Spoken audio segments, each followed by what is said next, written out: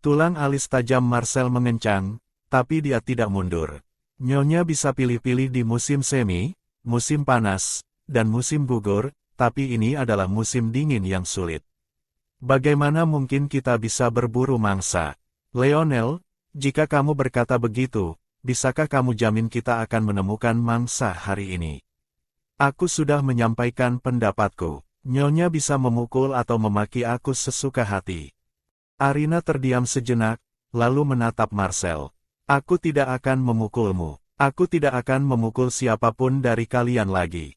Aku juga akan mencari solusi untuk makanan, dan tidak akan membiarkan kalian menanggung beban sendirian. Arina menatap keduanya. Aku tahu kalian semua ingin membubarkan pernikahan dengan aku selama kita bisa menemukan buah jiwa emas. Aku akan bekerja sama dengan kalian untuk membubarkan pernikahan kita. Buah jiwa emas adalah metode yang dia temukan dalam ingatannya. Tapi bahkan dengan buah jiwa emas, Nyonya harus dengan sukarela setuju untuk membubarkan pernikahan. Untuk meminimalkan kerugian pada pasangan pria. Ketika mereka mendengar ini, Leonel dan Marcel keduanya membeku. Meskipun Leonel tahu bahwa Nyonya telah banyak berubah, dia tidak pernah menyangka dia akan bersedia membubarkan pernikahan mereka. Leonel telah diajarkan sejak kecil untuk mematuhi Nyonya.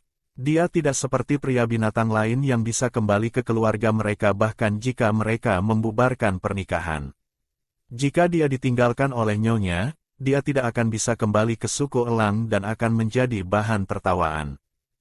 Meskipun Marcel terkejut dengan perubahan Nyonya, dia lebih menghargai kesempatan ini untuk meninggalkannya. Terima kasih, Nyonya. Jika Marcel bisa menemukan buah jiwa emas, saya harap Anda tidak akan melupakan apa yang Anda katakan hari ini. Sampai saya menemukan buah jiwa emas, Marcel masih pasangan Anda.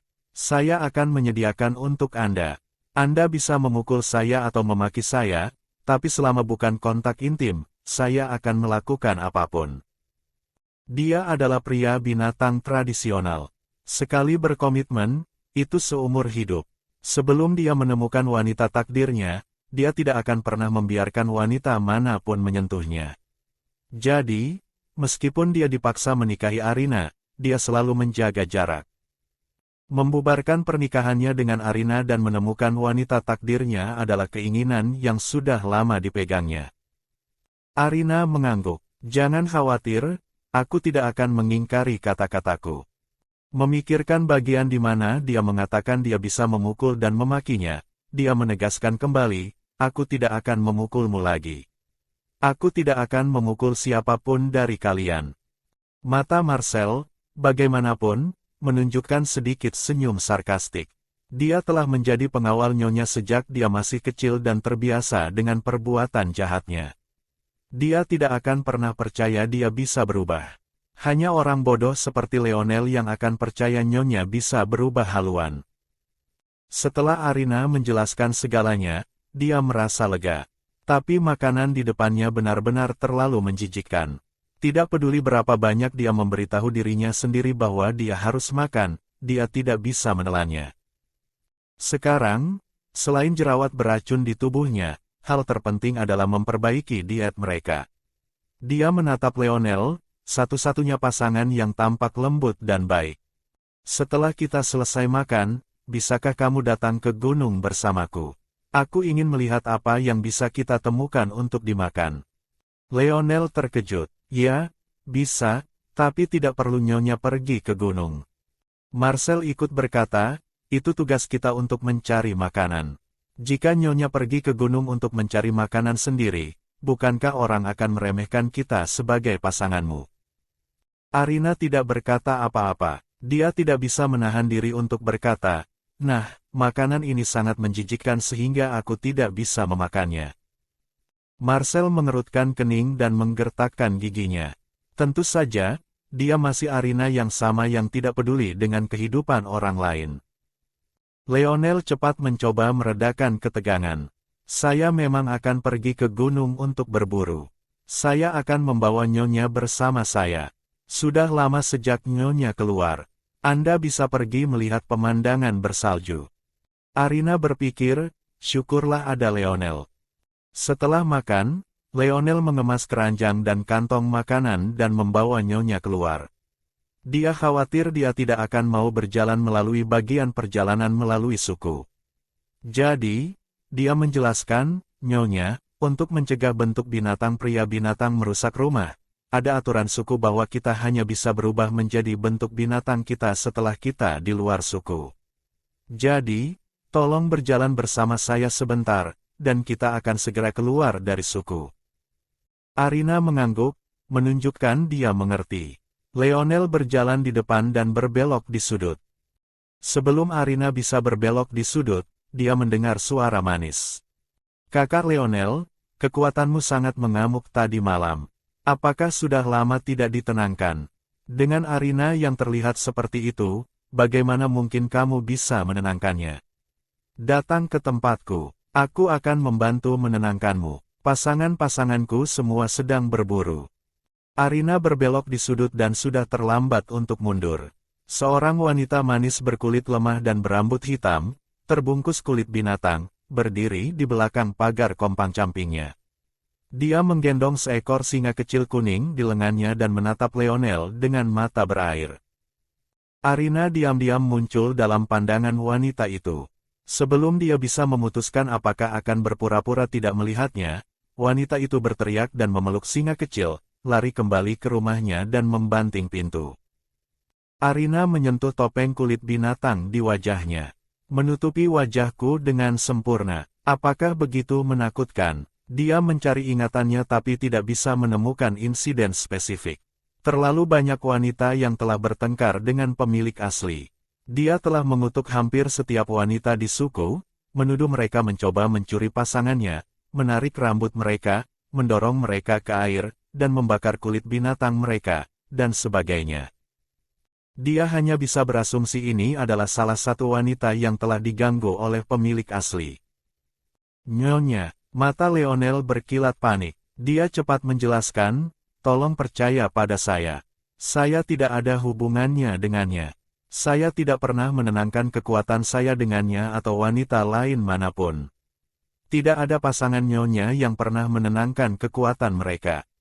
Arina batuk. Tidak apa-apa. Kamu tidak perlu memberitahuku ini.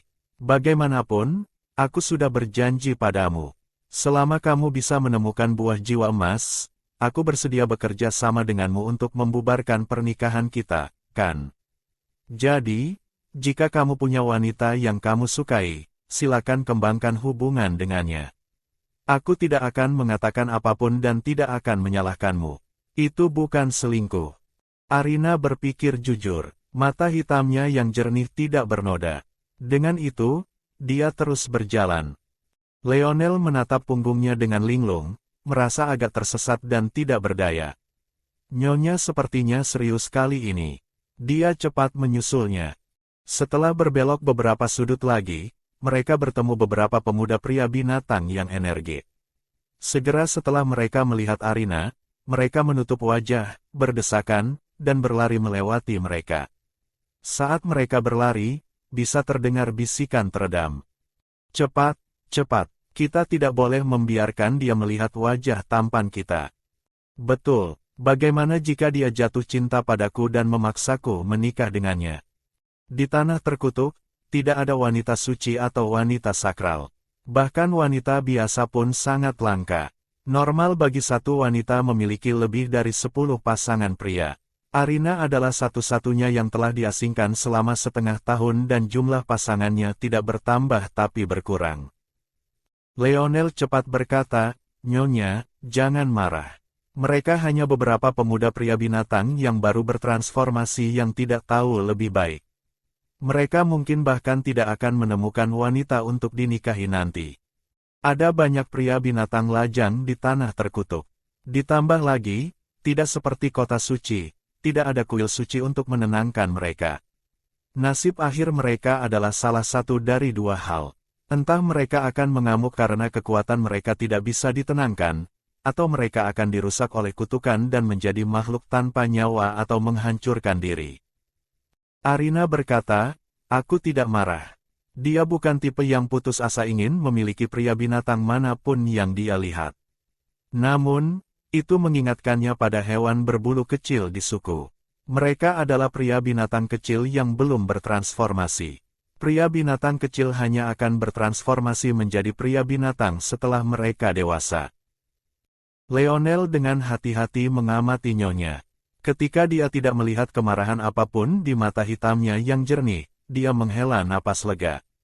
Mereka berhasil keluar dari suku tanpa masalah.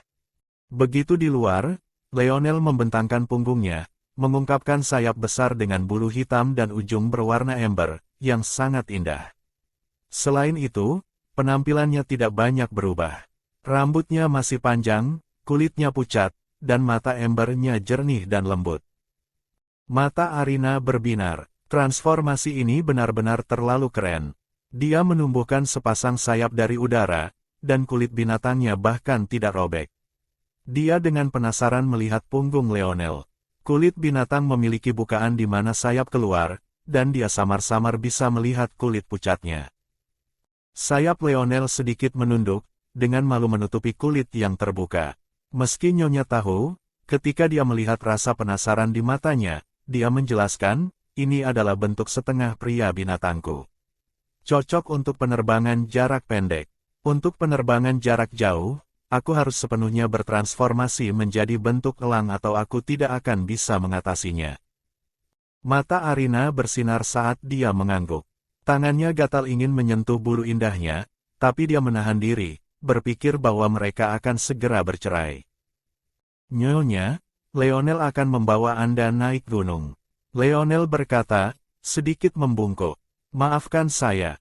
Dengan itu, dia mengangkatnya dan dengan kepakan sayap, terbang ke langit. Arina terengah. Perasaan tanpa berat membuatnya secara instingtif melingkarkan lengannya di leher Leonel. Udara dingin menyerangnya dari segala arah, dan pandangannya tiba-tiba melebar. Suku di bawah menjadi semakin kecil, dan dinding coklat kemerahan yang menjulang muncul di depan matanya. Dinding membentang di sepanjang hutan ke kedua arah, ujungnya tidak terlihat. Di kaki dinding tinggi ada celah besar yang telah diisi dengan kayu hitam. Saat pandangannya naik lebih tinggi, Arina melihat tanah terkutuk di luar dinding penjaga. Dia menatap dengan linglung, terlalu terkejut untuk berpikir. Itu adalah tanah merah tua dan hitam pekat, seolah-olah sungai darah hitam mengalir melintasinya. Bahkan dengan matahari di langit, bulan merah besar tergantung di ujung tanah terkutuk. Atau lebih tepatnya, bulan ternoda merah oleh tanah terkutuk. Karena dalam ingatan Arina, bulan di kota suci itu putih murni dan suci, tidak seperti bulan merah berdarah dan retak di tanah terkutuk yang mewarnai bumi merah di malam hari. Perasaan tergantung di udara membuat Arina tanpa sadar berpegangan erat pada Leonel. Napas hangat dari topeng kulit binatangnya menyemprot ke leher pemuda itu, dengan cepat mengubah sepetak kulitnya menjadi hitam. Arina tidak menyadarinya. Perhatiannya sepenuhnya tertarik pada pemandangan tanah dari langit. Perasaan berada di udara ini benar-benar menakjubkan. Leonel terbang lama, akhirnya berhenti di gunung bersalju dengan banyak batu terbuka.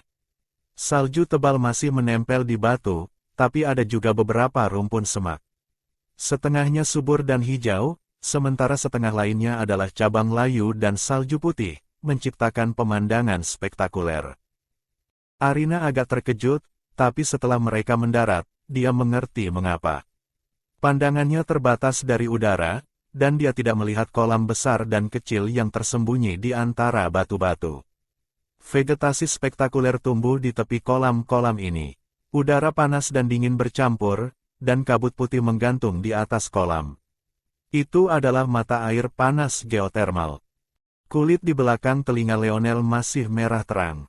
Ketika dia melihat perhatian Nyonya tertarik pada mata air hangat, dia berkata, "Nyonya, ada mata air hangat di sini. Anda bisa beristirahat dan mandi di sini. Leonel akan pergi berburu di dekatnya." Arina terkejut dan tidak bisa menahan tawa. "Kamu benar-benar mengira aku datang ke sini untuk melihat salju dan bersenang-senang." Wajah Arina ditutupi topeng kulit binatang dan poninya menutupi dahinya.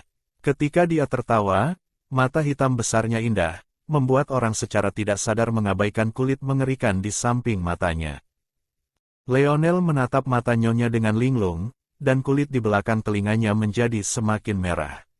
Apakah mata Nyonya selalu seindah ini? Dia telah bersama Nyonya selama setengah tahun dan tahu seperti apa wajah jelek di bawah topeng tanpa bahkan mengangkatnya. Tapi untuk pertama kalinya, dia memiliki ilusi bahwa Nyonya itu cantik. Tentu saja, Arina ingin berendam di mata air panas. Tapi dia tidak melupakan tujuan utama perjalanan mereka. Ayo berburu dan mengumpulkan makanan dulu. Jika kita punya waktu, kita bisa kembali dan berendam di mata air panas. Leonel bingung sejenak, tapi cepat menerima deskripsi itu. Mata air panas memang tampak lebih sesuai daripada mata air hangat. Tapi Leonel melihat tubuh halus Nyonya yang terbungkus kulit binatang dan tidak bisa menahan diri untuk terus membujuknya. Nyonya, mengapa tidak menunggu saya di sini? Mangsa dan musim dingin licik, dan saya khawatir saya tidak akan bisa menjaga Anda. Arina melambaikan tangannya. Tidak apa-apa. Dia pikir dia khawatir dia akan menjadi beban. Kamu lakukan perburuanmu dan aku akan mencari makanan sendiri. Aku mencari beberapa hal yang bisa dimakan yang tumbuh di tanah atau di pohon. Di tanah, Leonel semakin bingung. Di musim ini, semuanya layu. Bagaimana dia bisa menemukan makanan selain hewan liar? Oh, biarkan saja aku lihat. Arina melihat dia masih enggan, dan suaranya tanpa sadar mengambil nada sedikit memohon. Kamu bisa berburu di dekatnya, dan aku hanya akan mencari di sekitar sini. Aku tidak akan pergi terlalu jauh, dan aku tidak akan mengganggu perburuanmu. Leonel tidak pernah mendengar suara seperti itu sebelumnya, dan wajahnya menjadi semakin merah. Arina melihat wajah pucatnya tiba-tiba memerah dan agak khawatir. Apakah kamu tidak apa-apa? Mengapa wajahmu begitu merah? Apakah terlalu panas di gunung mata air panas? Meskipun dia tidak tahu banyak tentang pria binatang, dia menebak bahwa mereka mungkin masih memiliki beberapa kebiasaan hidup dan preferensi hewan. Suhu konstan, berdarah dingin, dan hewan tropis semuanya memiliki karakteristik mereka sendiri. Dia pikir pria binatang suku elang dengan bulu seperti Leonel tidak akan menyukai lingkungan panas. Leonel cepat menundukkan kepala. Tidak, bukan. Mari kita pergi ke lembah sungai panas. Lebih aman di sana. Arina, yang tidak tahu apa-apa, tentu saja setuju. Lembah sungai panas sangat dekat dengan gunung mata air panas. Atau lebih tepatnya, mereka adalah gunung yang sama. Hanya satu adalah punggungan dan yang lain adalah lembah. Suhu di lembah jauh lebih tinggi daripada di punggungan gunung. Di sini tidak ada salju. Semuanya berkembang dengan kehidupan. Bahkan ada serangga yang bernyanyi. Arina mengamati lembah, yang terlihat seperti hutan tropis. Dia berpikir, bukankah ini lingkungan yang sempurna untuk berburu? Banyak hewan pasti akan datang ke sini untuk berlindung dari dinginnya musim dingin. Bagaimana mungkin aku khawatir tentang kurangnya mangsa? Arina merasakan dengungan di benaknya.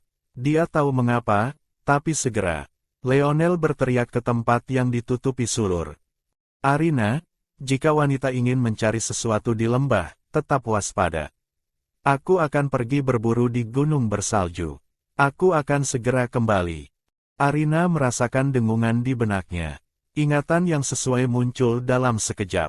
Adrian, suami pria binatang suku ular dan seekor ular hitam besar, telah menjadi pejuang terkuat di arena pertarungan bawah tanah kota suci. Dia awalnya telah menghemat cukup uang untuk membeli kebebasannya, tapi sehari sebelum penebusannya, dia melihatnya dan memaksanya menikah sebagai suami pria binatang. Itulah mengapa Adrian sangat membencinya dan bahkan menyerangnya setelah pernikahan. Jika bukan karena reaksi kontrak pernikahan, Arina mungkin sudah mekar 3 kali di musim panas.